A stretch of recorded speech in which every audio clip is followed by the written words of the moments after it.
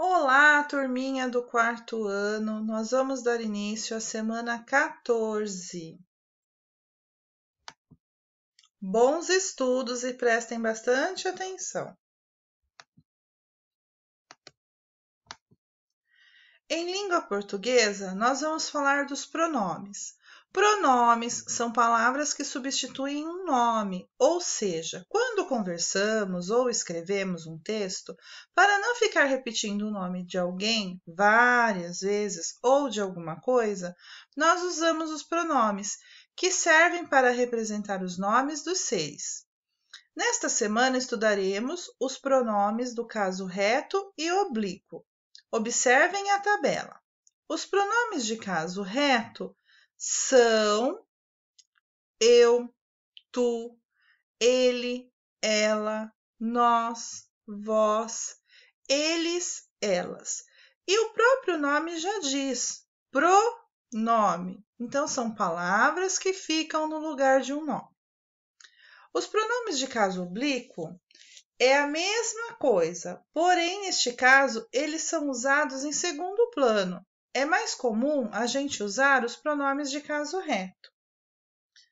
Muito bem. Aí tem as atividades. Leiam e façam com calma. Em matemática, nós vamos falar de frações. Isso mesmo. E não esqueçam de fazer as atividades complementares na apostila do universitário, para todas as matérias, de matemática, de português, de ciências naturais, de ciências humanas, tá bom? Sempre na folhinha vai ter lá as páginas que vocês podem complementar as atividades que estão sendo faladas. Muito bem, voltando às frações, iniciaremos com uma introdução nesta semana sobre as frações. Fracionar significa dividir, repartir. Nós já estudamos na semana passada a divisão, mas agora estudaremos a fração como parte de um inteiro. Isso mesmo, são divisões em partes exatamente iguais. Então, percebam, fracionar significa, neste caso, repartir, dividir em partes iguais. Se falarmos em fração, precisamos entender que é somente quando dividimos em partes exatamente iguais. Toda fração é escrita da seguinte forma: tem um risco que divide um número em cima e outro embaixo, e cada um deles tem um significado. Começaremos pelo número de baixo. Ele é o denominador e significa quantas partes o inteiro foi dividido. Ou, se você for representar em desenho, quantas partes exatamente iguais você deve fazer. O número acima do traço é o numerador e significa quantas partes usamos ou quantas partes sobraram. Veja o exemplo da apostila. 1/8.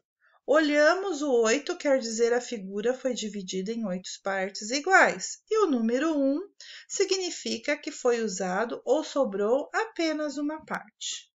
Muito bem. Daí vem as atividades 1 e atividades 2.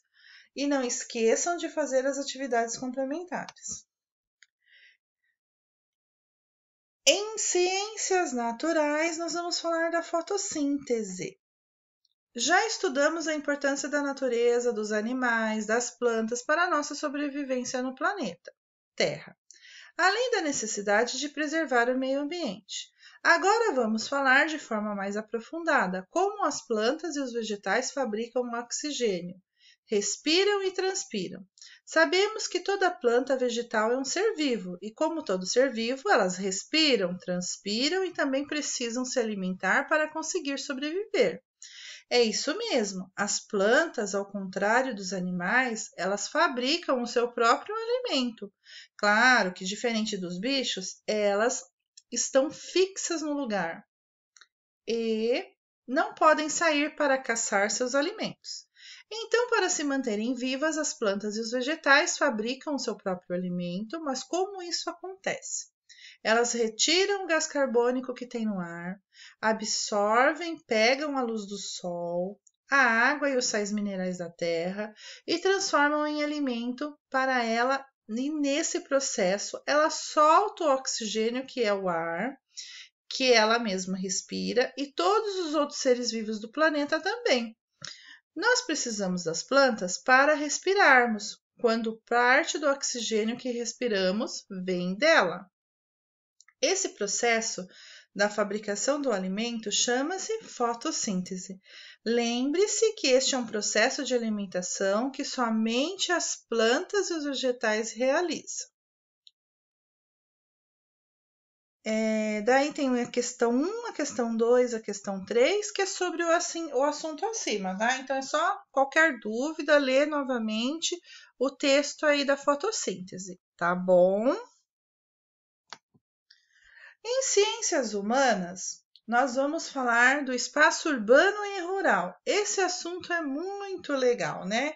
Porque a gente pode observar as diferenças dos lugares que as pessoas moram, né? Como esses lugares são diferentes.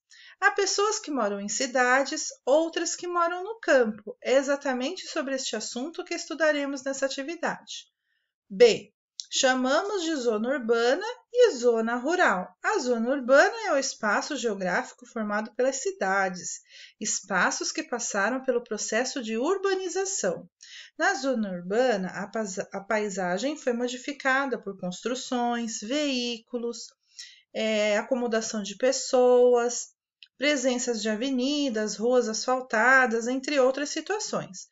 Já a zona rural é um espaço do campo, onde a paisagem não passou por um grande processo de urbanização.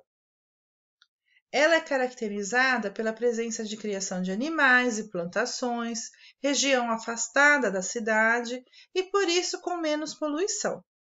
No exercício 1, vocês deverão colocar verdadeiro para as frases que contém informações verdadeiras e F para as frases que contêm informações falsas.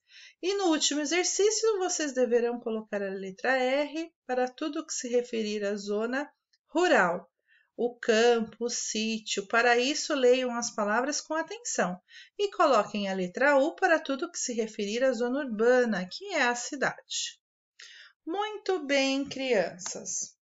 Até a próxima semana. Se cuidem, fiquem em casa, usem o álcool gel, a máscara quando sair e até a próxima semana. Fiquem com Deus.